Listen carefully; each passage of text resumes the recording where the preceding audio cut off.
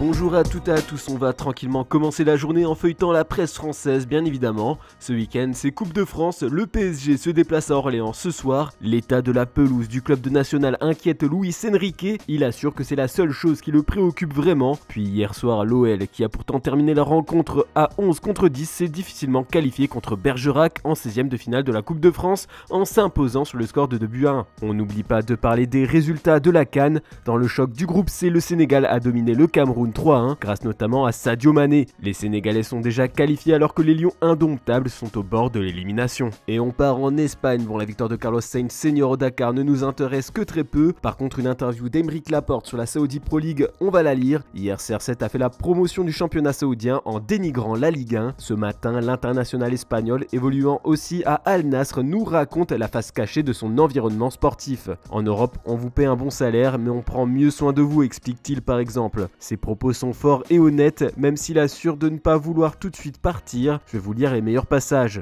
Beaucoup d'entre nous ne sont pas seulement venus ici pour le football. Vous négociez quelque chose et ils ne l'acceptent pas après que vous l'ayez signé. Les matchs sont très rapprochés, ce qui ne permet pas de trop se reposer. Ensuite, tu vas en équipe nationale et ils ne te donnent pas de jours de congé. Et ainsi mentalement et physiquement, c'est compliqué, même si le rythme est différent ou un peu plus faible. Le championnat saoudien n'a pas que des fervents défenseurs. On va parler un peu plus mercato maintenant, plus précisément celui du FC Barcelone. Le journal Mundo Deportivo a écrit un long article au sujet de la priorité hivernale du club catalan, Calvin Phillips. Le milieu de terrain anglais de Manchester City est apprécié par Deco. Le directeur sportif du Barça souhaite le voir rejoindre son équipe avant le mercredi 31 janvier à minuit. Le joueur aimerait rejoindre le Barça, mais il veut avant tout qu'on lui promette qu'il aura un temps de jeu conséquent pour pouvoir postuler à une place en équipe d'Angleterre à l'approche de l'Euro. Il faudra donc déloger Frenkie de Jong et Ilkay Gundogan. En attendant, Lucas Bergwall est toujours dans le viseur du Barça. Le jeune joueur de 17 ans de Djurgården est intéressé. La presse suédoise a communiqué à ce sujet et explique que Djurgården aspire à obtenir un transfert d'environ 15 millions d'euros. Et les tabloïds anglais se préparent à ce que les médias appellent le plus grand retour du football anglais depuis Eric Cantona. Brentford défie Nottingham Forest ce samedi et Ivan Toney va refouler les pelouses après 8 mois de suspension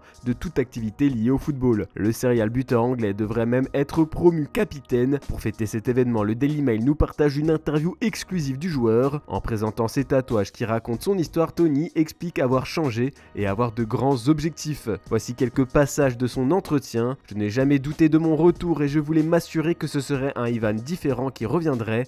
Je n'ai pas le temps de m'apitoyer sur mon sort. Il y a des choses que je dois faire, des choses que je dois prouver et des choses sur lesquelles je dois revenir plus fort. Le message est passé. Ce qui fait aussi les gros titres en Angleterre, c'est Erling Haaland. Le cyborg norvégien blessé va bientôt faire son retour. Le vainqueur du Globe Soccer Award s'est dit heureux d'évoluer dans un club fantastique comme Manchester City. Mais bon, le Real Madrid est toujours sur le coup. Sous contrat jusqu'en juin 2027 avec Manchester City, Erling Haaland reste plus que jamais dans le viseur des merengues. La formation entraînée par Carlo Ancelotti souhaite actuellement s'appuyer sur le travail acharné de différents agents pour séduire l'homme aux 19 buts et 5 passes décisives en 22 rencontres cette saison. Une tactique qui avait notamment été payante avec Jude Bellingham. Dans son édition du jour, Sport affirme d'ailleurs que la nouvelle star du Real Madrid devrait jouer un rôle prédominant dans ce dossier bouillant. Ils sont amis, il pourrait donc le convaincre de le rejoindre, comme quoi le recrutement de Bellingham, c'est un coup gagnant sur tous les terrains.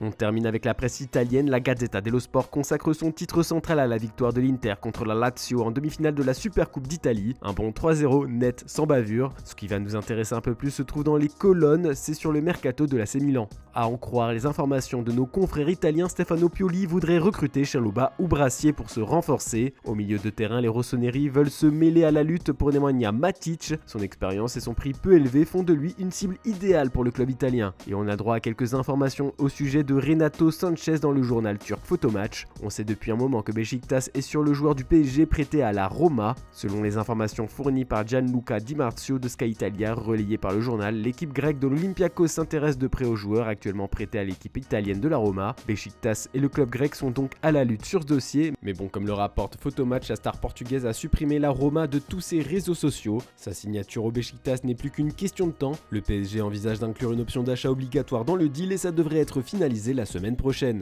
Et prêté jusqu'à la fin de la saison par le Paris Saint-Germain au RB Leipzig, Xavi Simons continue de s'épanouir en Bundesliga, à tel point que le milieu offensif batave souhaiterait poursuivre l'aventure outre-Rhin, un scénario pas forcément envisagé par le club de la capitale. Sky Germany affirme que Xavi Simons, qui a son mot à dire concernant son avenir, souhaiterait en réalité continuer une saison de plus en Allemagne. De son côté, le RB Leipzig, qui ne dispose pas d'option d'achat, devrait donc tenter de prolonger le prêt de son protégé jusqu'en juin 2025. Ça chamboule les plans de Luis Campos qui voulait en faire un joueur important de l'effectif la saison prochaine. Voilà, c'est tout pour ce samedi, on se retrouve demain matin pour une nouvelle revue de presse, et n'hésitez pas à aller regarder notre chaîne secondaire, on va sortir à 16h une vidéo spéciale sur Luis Enrique. Bonne journée tout le monde!